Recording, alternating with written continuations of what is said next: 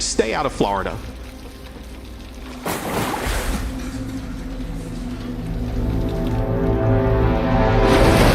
What's up, guys? Your boy Benny. You want a leader to serve in peacetime. You want peace. You want there to be no tragedies or no horrors, natural or unnatural, befalling you or your country. But the unfortunate reality of living in a sunken world is that wars begin, that natural disasters occur, and that people die. And it's those times where your leader's mettle gets tested.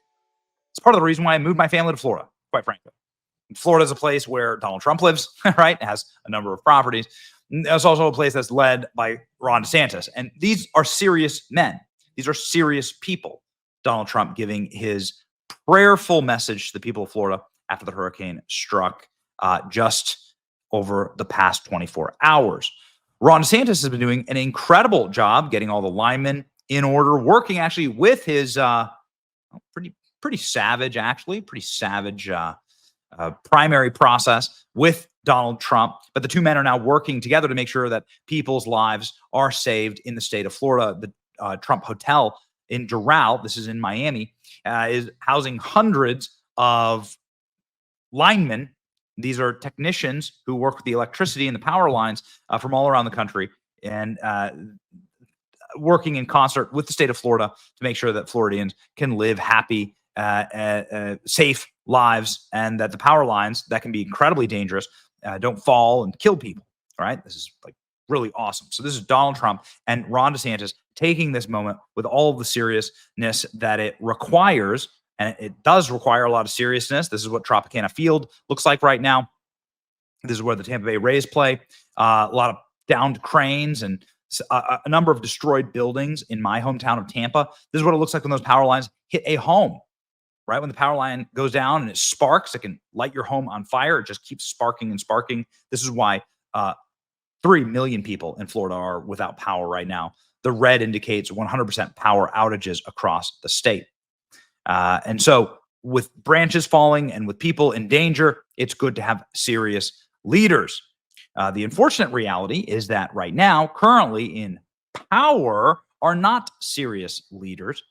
Kamala Harris is somebody who has tried to make a political scene by attacking Ron DeSantis as he is trying to save lives in the multiple deadly hurricanes that have struck his state in as many weeks. Ron DeSantis, however, is having none of it. Went on Squawk Box CNBC this morning and just bought Kamala Harris for trying to make this political. Kamala Harris, of course, has no constitutional, legal, or authoritative executive role in helping out with hurricanes. She just has a collapsed and failing campaign and is trying to glean some of the glory and politic off the backs of people's misery.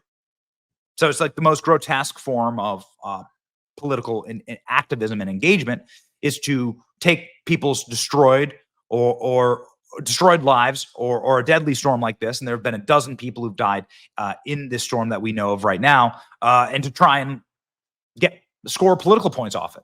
Kamala Harris is doing that right now. Ron DeSantis is a Category 5 storm of destruction to Kamala Harris. Go.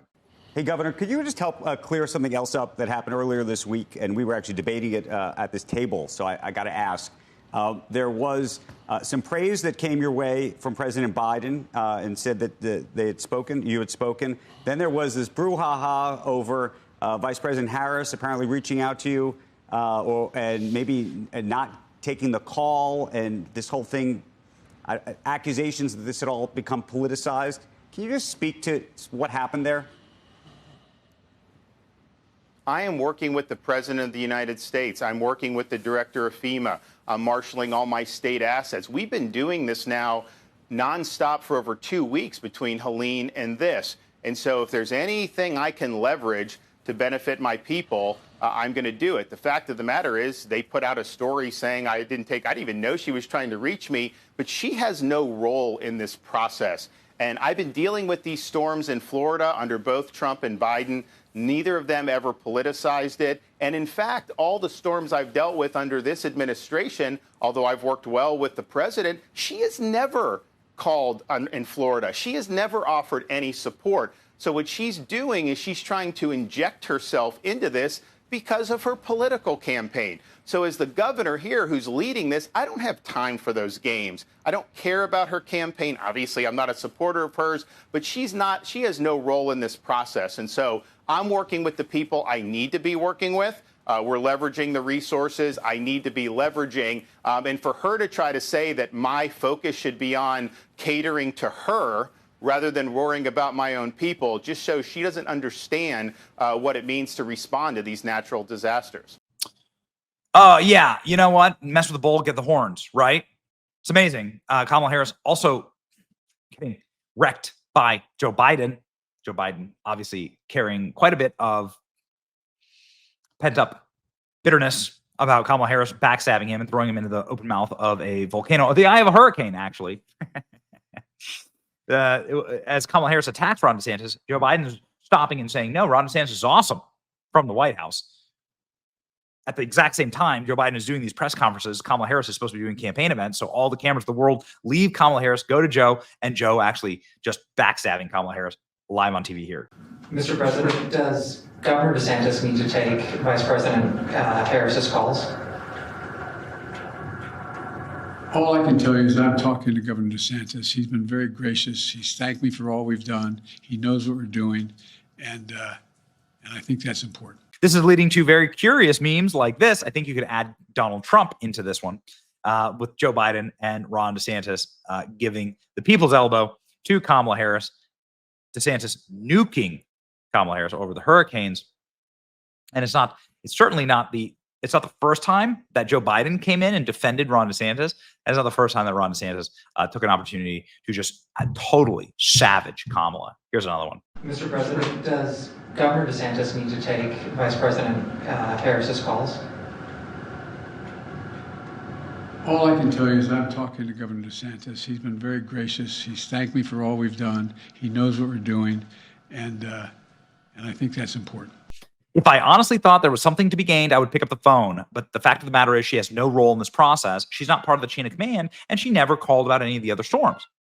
You know, like at the very least, if you are a person that cares, then you should, flex on all storms, right? This should have been, there have been multiple hurricanes. I've lived in Florida for like 3 years, and there have been multiple hurricanes that have hit this state, and I've never once seen Kamala Harris on the ground in the state. She's just doing this because her campaign is a nightmare. That's it. That's the only reason why it's happening. So good on DeSantis for calling it out. And I think this is part of the reason why Kamala Harris is collapsing in the polls right now. Good on you. This is what real leadership looks like. Here's President Trump, by the way, doing a profound, beautiful message to people of Florida, talking about the hurricane. Obviously, President Trump loves this state. He lives in the state. He's a resident of the state. He votes in the state. He has multiple resorts in this state. A resort where President Trump almost lost his life, actually, golfing just a couple of weeks ago. Shocking to see the timeline all blending. Here's President Trump's message. We are praying for you. Hello, Florida. This is President Donald J. Trump. Melania and I are praying for you as you face the aftermath of Hurricane Milton. We are deeply saddened by the devastation being reported, and it sounds like it's as bad as it gets. And we feel so sorry for you, and we want God to be with you, and we know God is with you. Our hearts go out to each and every one of you. To those who've lost so much, know that you are not alone. We've seen you stand tall against storms before, and you will stand tall now. And hopefully on January 20th, you're going to have somebody that's really going to help you and help you like never before, because help is on the way. Together, we will rebuild, we will recover, and we will come back stronger, bigger, better than ever before. Please keep your faith, hold strong, and look out for one another, because the sun will shine again over the beautiful Florida that we love so much. I live there also. We love it so much. You're in our thoughts, and together we will come back better than before. You're going to be better than before.